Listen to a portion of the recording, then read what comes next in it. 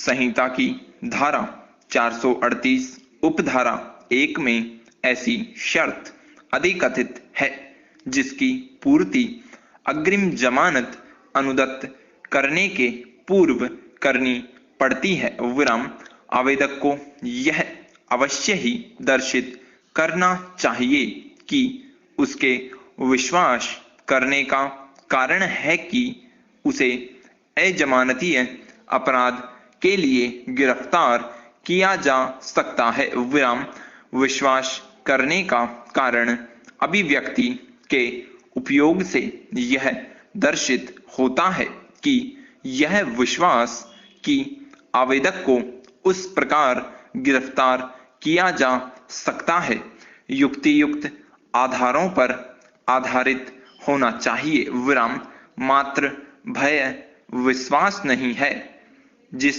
कारण से आवेदक के लिए यह दर्शित करना ही काफी नहीं है कि उसके मन में किसी प्रकार की अस्पष्ट आशंका है कि कोई उस पर ऐसा अभियोग लगाने जा रहा है जिसके अनुसरण में गिरफ्तार किया जा सकता है। विराम उन आधारों को जिन पर आवेदक का यह विश्वास आधारित है कि उसे अजमानतीय अपराध के लिए गिरफ्तार किया जा सकता है न्यायालय द्वारा वस्तुपरक रूप से परीक्षा किए जाने के लायक होना चाहिए, क्योंकि केवल तभी न्यायालय यह अवधारित कर सकता है कि क्या आवेदक के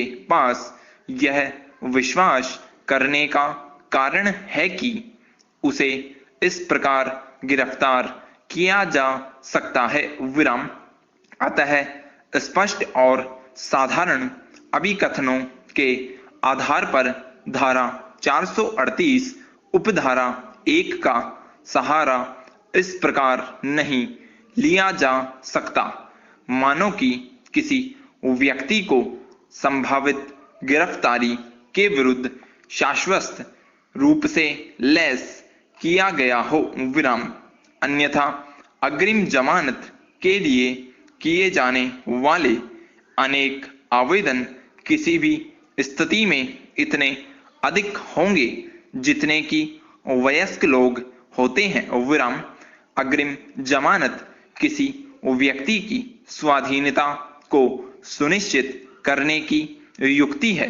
यह न तो अपराध करने का पासपोर्ट है और न ही संभाव्य या असंभाव्य किसी या सभी प्रकार के अभियोगों के विरुद्ध ढाल है। विराम यदि अग्रिम जमानत के लिए आवेदन उच्च न्यायालय या सेशन न्यायालय के समक्ष प्रस्तुत किया जाता है तो उसे इस प्रश्न पर अपनी बुद्धि का प्रयोग अवश्य ही करना चाहिए और यह अवश्य विनिश्चित करना चाहिए कि ऐसा अनुतोष देने के लिए मामला बनाया गया है। विराम वह संहिता की धारा 437 के अधीन संबंधित मजिस्ट्रेट के विनिश्चय के लिए उस प्रश्न और तब के लिए नहीं छोड़ सकता जब कभी ऐसा अवसर आए। विराम ऐसा रास्ता अपनाने से धारा 438 का उद्देश्य ही विफल हो जाएगा।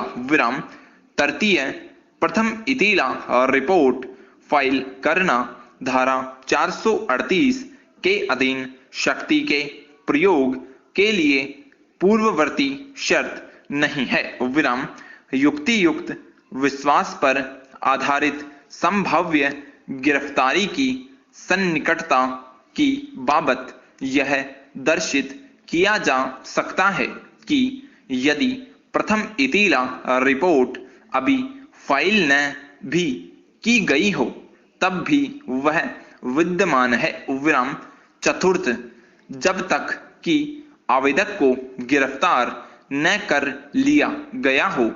अग्रिम जमानत प्रथम इतीरा रिपोर्ट के फाइल किए जाने के बाद भी अनुदत्त की जा सकती है। विराम। पांचवी बात यह है कि धारा 438 के उपबंधों का सहारा अभियुक्त की गिरफ्तारी के बाद नहीं लिया जा सकता। विराम। ऐसे अभियुक्त को जो गिरफ्तार कर लिया गया है, अग्रिम जमानत अनुदत्त करना अपने आप में वहां तक परस्पर विरोधी है जहां तक कि ऐसे अपराध या अपराधों का जिसके या जिनके लिए उसे गिरफ्तार किया गया है संबंध है। विराम।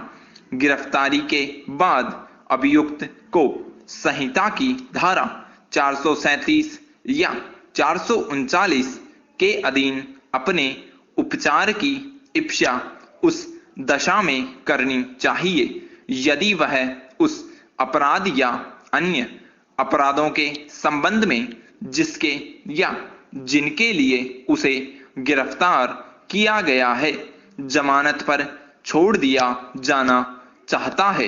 विराम।